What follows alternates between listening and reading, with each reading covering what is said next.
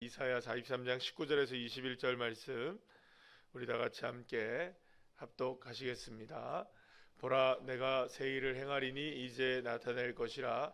너희가 그것을 알지 못하겠느냐? 반드시 내가 광야의 길을 사막의 강을 내리니 장차 들짐승 곧 승냥이와 타조도 나를 존경할 것은 내가 광야의 물을 사막의 강들을 내어 내 백성 내가 택한 자에게 마시게 할 것임이라.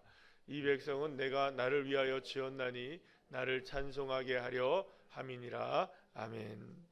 할렐루야.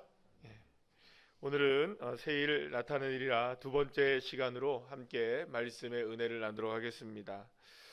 우리가 이제 그 지난 송구영신 예배 때부터 계속해서 이 새일 나타내리라라는 제목을 가지고 함께 말씀을 나누고 있습니다.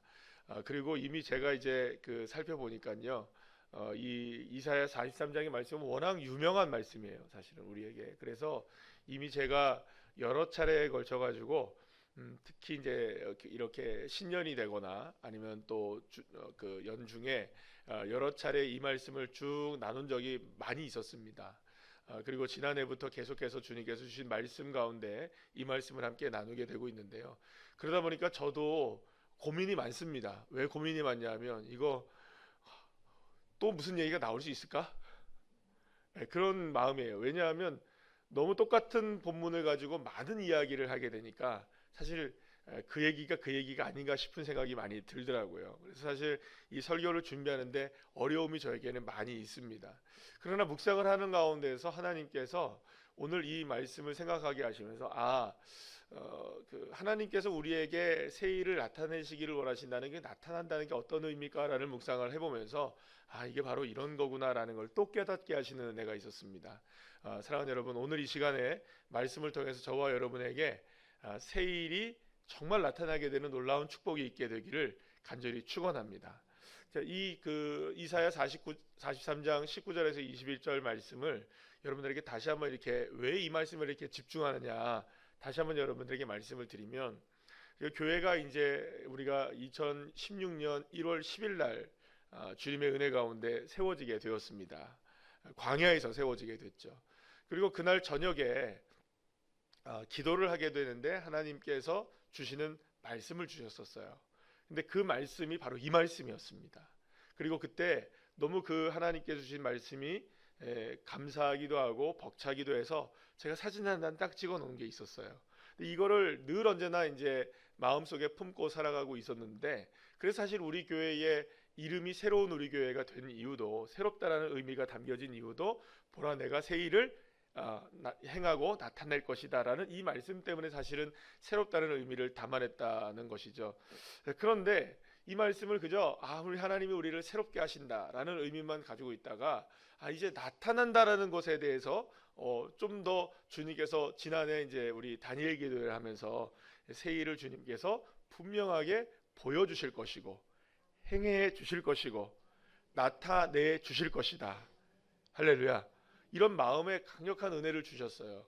그래서 올해 이렇게 말씀을 함께 나누고 있는 겁니다.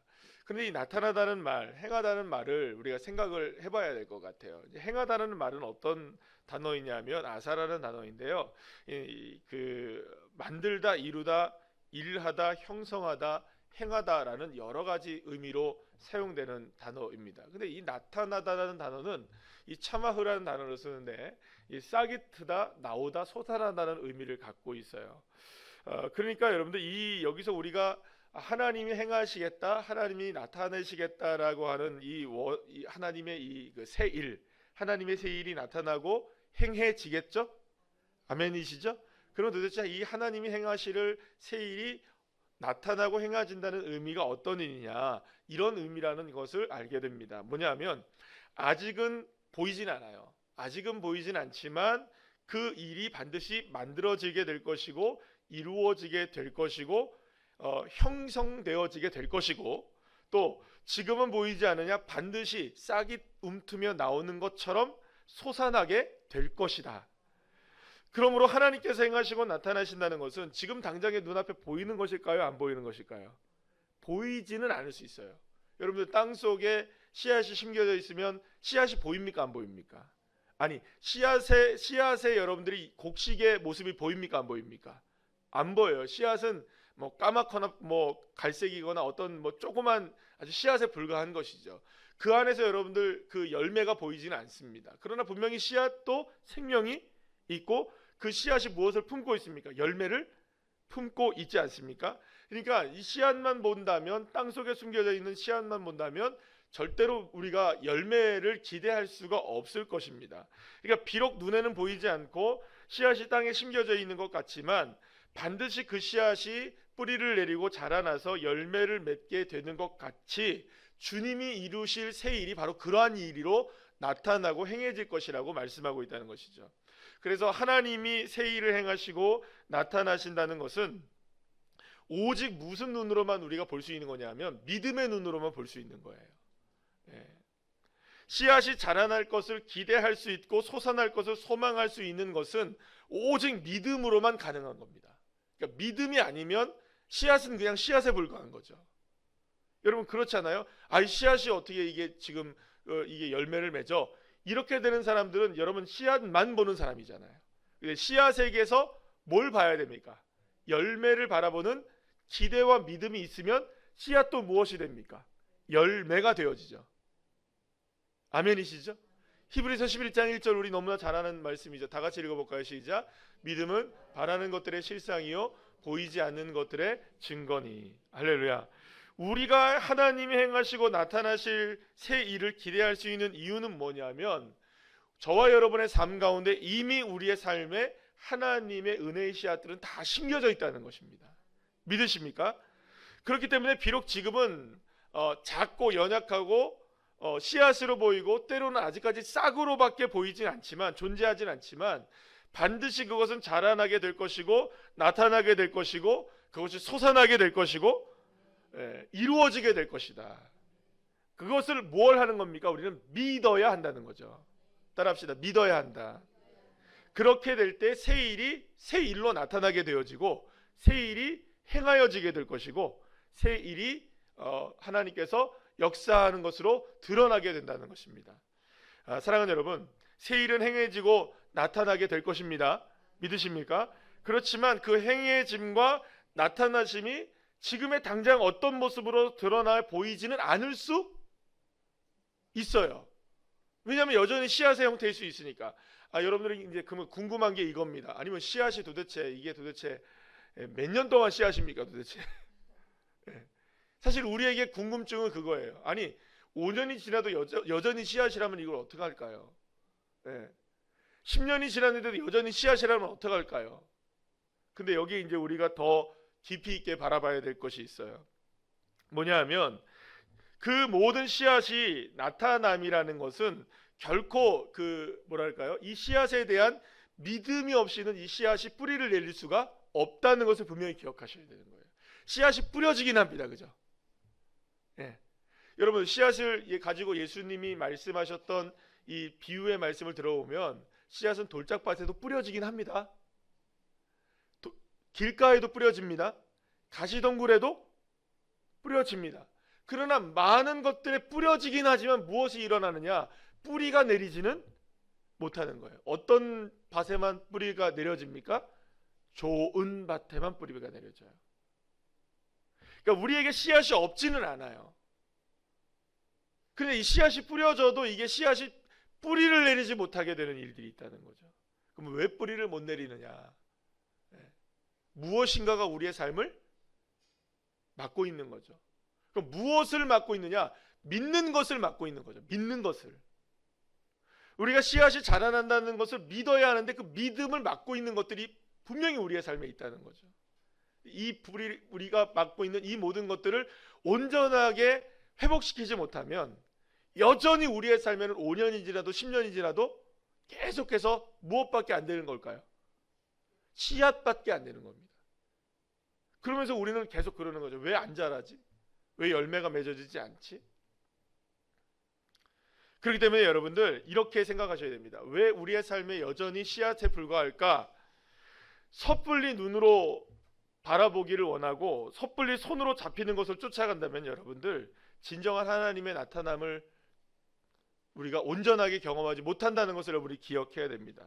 그렇기 때문에 여러분들, 그런 의미에서 우리는 이 나타남이라는 데서 우리가 한번 깊이 있게 생각을 해봐야 돼요. 뭐냐 하면 나타남은 이후에 일어나는 일이 아니라 이미 이전부터 존재하고 있는 것이라는 것을 기억해야 하는 것이에요. 이게 우리의 믿음입니다. 믿음. 여러분, 믿음에 관한 이야기를 하는 거예요. 그러니까 하나님이 우리에게 씨앗을 주셨을 때에 하나님이 일을 나타내시겠다고 하시는 것은 결코 이후에 일어난 일이 아니라는 거죠. 이미 이전에 완성되어져 있는 일이에요. 그러면 씨앗을 보더라도 뭘 봐야 됩니까? 열매 봐야 되는 거죠. 열매가 보여서 봅니까? 아니라는 겁니다. 여러분, 우리가 너무나 잘 아는 사람을 한 명 더 이야기를 한번 해보면서 이야기를 해볼게요. 여호사밧 여러분들 너무 잘 아시죠? 주만 바라 볼지라 이렇게 고백했던 사람입니다. 여호사밧 왕이 절체절명의 위기를 겪게 됩니다. 암몬과 모압과 그 마온의 연합군이 공격을 해와서 이 예루살렘이 완전히 포위를 당하고 정말로 절체절명의 위기를 경험하게 되죠. 자, 그런데 이 여호사밧이 뭐라고 고백을 하냐면 이렇게 하나님께 기도를 합니다. 잘 아시는 말씀입니다. 역대하 20장 12절 말씀 우리 다 같이 읽어볼까요? 시작.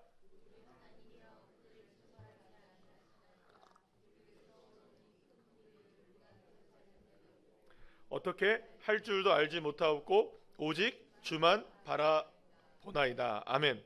사실 이 짧은 고백에는 수많은 의미들이 많이 담겨져 있다고 볼 수가 있습니다. 여호사밧이 이 말씀을 잘 보게 되면 이런 겁니다.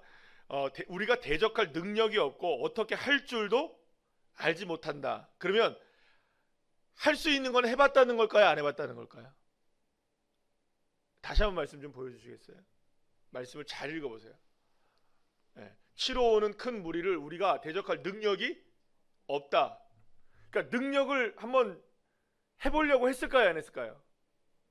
했던 거죠. 이 말씀을 읽어보면 어떻게 할 줄도 알지 못한다. 어떻게 해보려고 했으나 어떻게 해도 됐습니까? 안 됐습니까?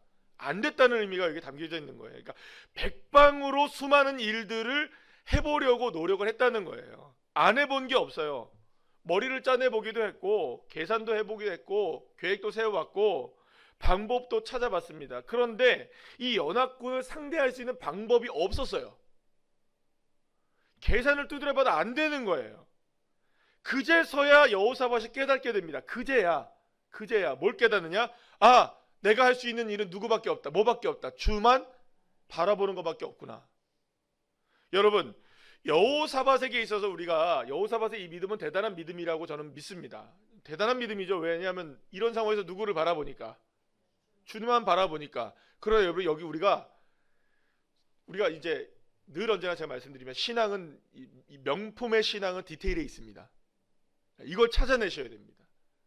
따라합시다. 명품의 차이는 디테일에 있다. 이 중요한 얘기입니다. 아주 중요해요. 뭐냐면 여호사밧은 최후로 주님을 바라봅니까? 최선으로 주님을 바라봅니까? 잘 생각해 보세요. 최선이라는 말은 먼저입니다. 근데 최후는 맨 마지막이에요. 지금 여호사밧은 무엇으로 주님을 바라봅니까? 최후로 바라보는 거예요. 여러분, 최후라도 주님을 바라보는 건 은혜입니다. 그렇죠? 하나님이 최후로 주님을 바라보는 이 여호사밧에게 역사하셔서 지그들끼리 자중질환이 일어나가지고 결국에는 자기들끼리 망해버리고 되게 하시는 하나님의 역사가 일어나거든요. 그래서 나중에 하나님 말씀하시죠. 너희가 할 것이 아무것도 없다. 주님만 바라보니까 너희가 아무것도 할 것이 없다. 여러분, 그만 생각해 보세요. 하나님은 이미 너희들이 할 것이 없을 정도로 다 완벽하게 준비를 해 놓으셨습니까? 안 하셨습니까? 다 해놨어요. 다 해놓으셨다고. 다. 따라합시다. 다. 몽땅 다 해놓으셨다고. 다 하나님이. 그런데 맨 마지막에 가서야 누가 누구를 바라봅니까? 여호사밧이. 여러분, 이거 얼마나 비효율적이에요. 이미 완성되어 있는데, 이미 여호사밧에게 주님만 바라볼 수 있는 씨앗이 있었습니까? 없었습니까? 있었어요. 최선으로 주님을 바라봐야죠. 최선이 돼야죠. 이게 최고의 방법이죠. 물론 여호사밧이 최후라도 주님을 바라본 건 놀라운 은혜이지만 여러분 다시 한번 말씀드립니다. 신앙의 이 명품의 신앙을 만들어내는 것은 아주 작은 차이라고. 최후도 좋습니다. 지금도 늦지 않아요. 그러나 더 중요한 것은 이게 최선이 되어야 되는 거죠. 최선. 가장 먼저의 방법이 되어야 되는 거죠. 그러니까 여러분, 만약 우리의 삶에 하나님이 어떤 일을 행하실 것을 기대하신다면, 소망하신다면 가장 먼저 내 안에서 주님을 바라보는 믿음이 나타나줘야 되는 거죠. 하나님이 행하실 일이 나타나기 전에 내 안에 나타나야 하는 것입니다. 무엇이? 하나님이 행하실 일이 내게는 그려져야 되고, 내게는 만들어져야 되고, 내게는 나타나야 되는 겁니다. 나에게 나타나지도 않는데 어찌 하나님이 하실 일이 나타나요? 이 말을 오해하지 마세요. 내 안에 나타나야 비로소 하나님이 그때서야 깨어나가지고 아이고 내가 좀 해볼까, 네가 나타났으니 내가 이제 좀 일해볼까, 이런 하나님이라는 것이 아니에요. 여러분들, 하나님이 이미 완벽하게 준비가 되어 계세요. 그 씨앗 속에 미래의 역사가 일어 있어요. 다 숨겨져 있어요. 하나님의 열매가 드러나 있다고요. 아무리 암몬과 모압과 마온의 연합군이 쳐들어온다 할지라도 하나님은 그들 가운데 역사하셔서 이 전쟁을 승리하게끔 이미 다 디자인을 해 놓으셨다고요. 할렐루야. 그런데 이 여호사밧이 최후에라도 주님을 바라본 것은 은혜이지만, 이왕 하나님을 바라볼 거면 여러분, 이래저래 계산 다 해보고 주님, 아이고 내 주님밖에 없네요, 내가 다 해봤더니 주님밖에 없네요. 여러분, 이것도 고백이고 이것도 놀라운 은혜이지만, 이왕 주님 바라보시려면 초장부터 주님을 바라보셔야죠. 이게 나타남입니다. 내 안에서 보입니까 안 보입니까? 마온의 이게 암몬과 모압과 마온의 연합군이 지들끼리 싸워서 지들끼리 무너지게 되고 하나님이 역사하셔서 이 이스라엘을 승리하게 하실 일이 아직 눈에 보입니까 안 보입니까? 여호사밧에게 안 보여요. 안 보여요. 나타나지 않았어요. 안 나타났어요.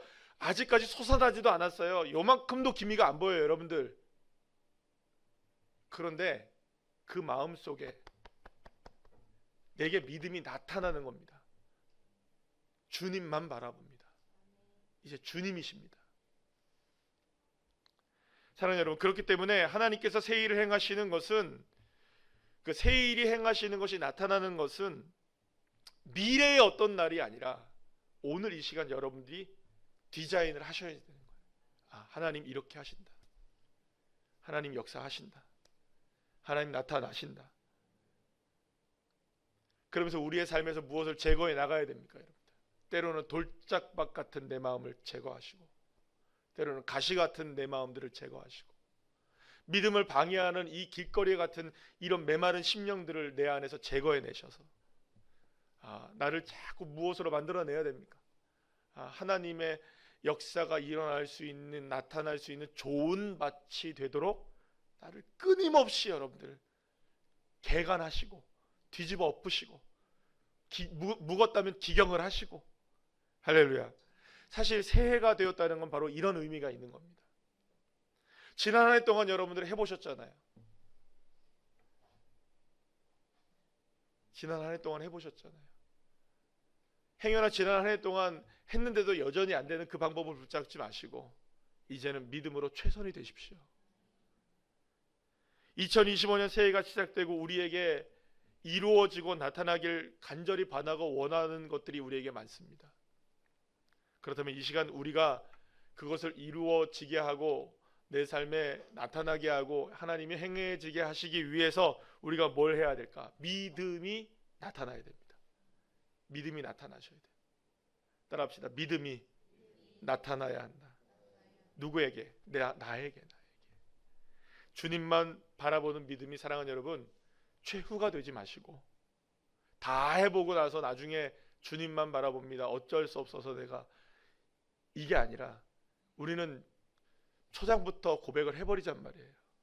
여러분들, 예수님 따라오라고 했던 그 예수님을 베드로에게 예수님이 따라오라고 했을 때, 자, 너 계산 한번 다 두들겨 보고 이거 어떻게 할지, 이 지금 물고기 잡은 거 다 어떻게 했는지 다 생각을 해보고 배 어떻게 처분할지 다 해보고 내가 기다려줄 테니 너 사람 낚는 어부 한번 돼볼는지 한번 생각을 해볼는지 네가 어떻게 한번 해볼래? 이렇게 하고 주님이 베드로를 부르셨습니까?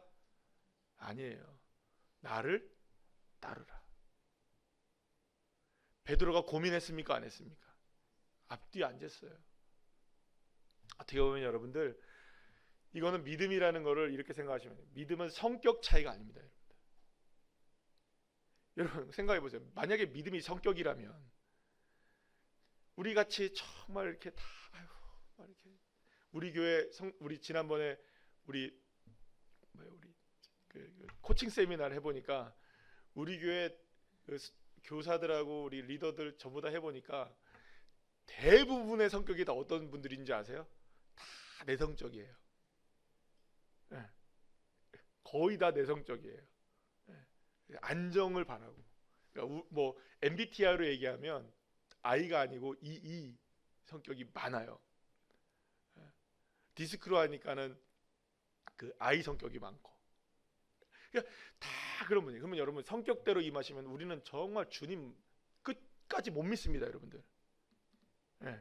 성격대로 하는 게 아니에요, 여러분들. 내 성격이 그러니까 나는 여러분들 주님이 우리의 성격을 이해하시지 못하셔서 우리를 부르십니까? 네. 아니에요. 그냥 내려놓고 가는 거예요. 따르는 거예요. 그냥 나아져야 합니다. 사랑하는 여러분, 최선으로 주님을 고백합시다. 이게 최고의 방법이에요. 내 안에 먼저 나타나셔야 돼요. 그래서 사랑하는 여러분, 올 한 해 동안 하나님이 내 안에 써내려가실 하나님의 역사하심, 그것을 자꾸 그리세요.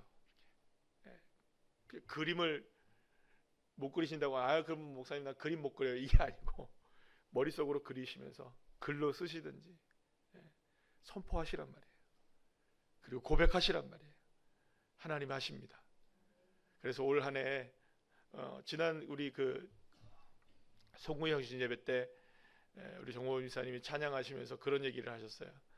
한 해 동안 자신의 삶을 돌아봤더니 뭐 6가지를 송구의 형신 예배 때 2024년도 송구의 형신 예배 때 그렇게 말씀을 나눴는데 하나하나 돌아봤더니 그렇더라. 사랑하는 여러분, 올해는 아이고 안 됐습니다 이 얘기가 아니라 하나님이 정말 하셨네, 정말 나타내셨습니다, 이런 많은 고백들이 넘쳐나는 올 한 해가 되시기를 간절히 축원합니다.